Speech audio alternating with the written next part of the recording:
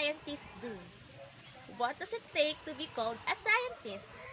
Today, let us find out how we could become a scientist. Ama, nakalimutan ko sabihin.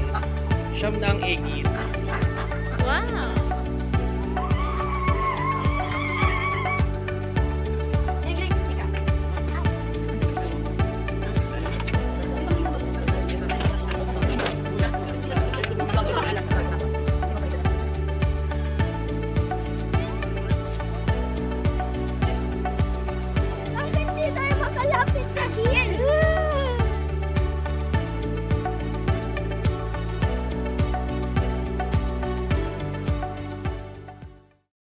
Scientists follow a systematic step to explain how things work and why things happen.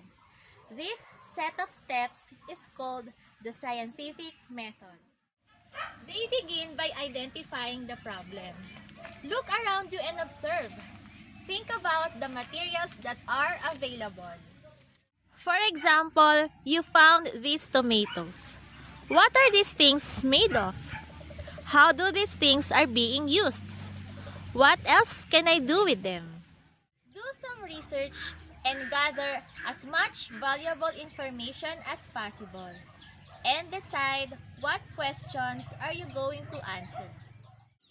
Make hypotheses. These are the possible answers to your questions based on your preliminary research. What do you predict will come out of your experiment? An example of a hypothesis is, if I plant a tree under the direct sunlight, it will grow taller. Test your hypothesis. This time, you will be designing your own experiment. List down the materials and apparatus that you will be needing and also the experimental procedure.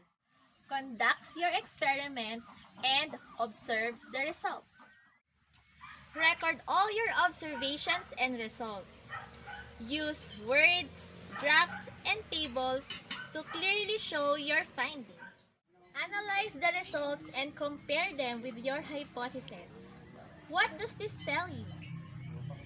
This time, you can now draw your conclusion. Don't stop from your conclusion. Think about further research. What new ideas do you have now?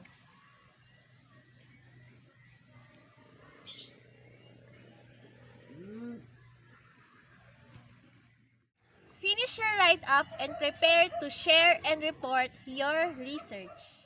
When you follow these steps and you know that you have the patience, passion, and creativity in solving a problem, you too could also become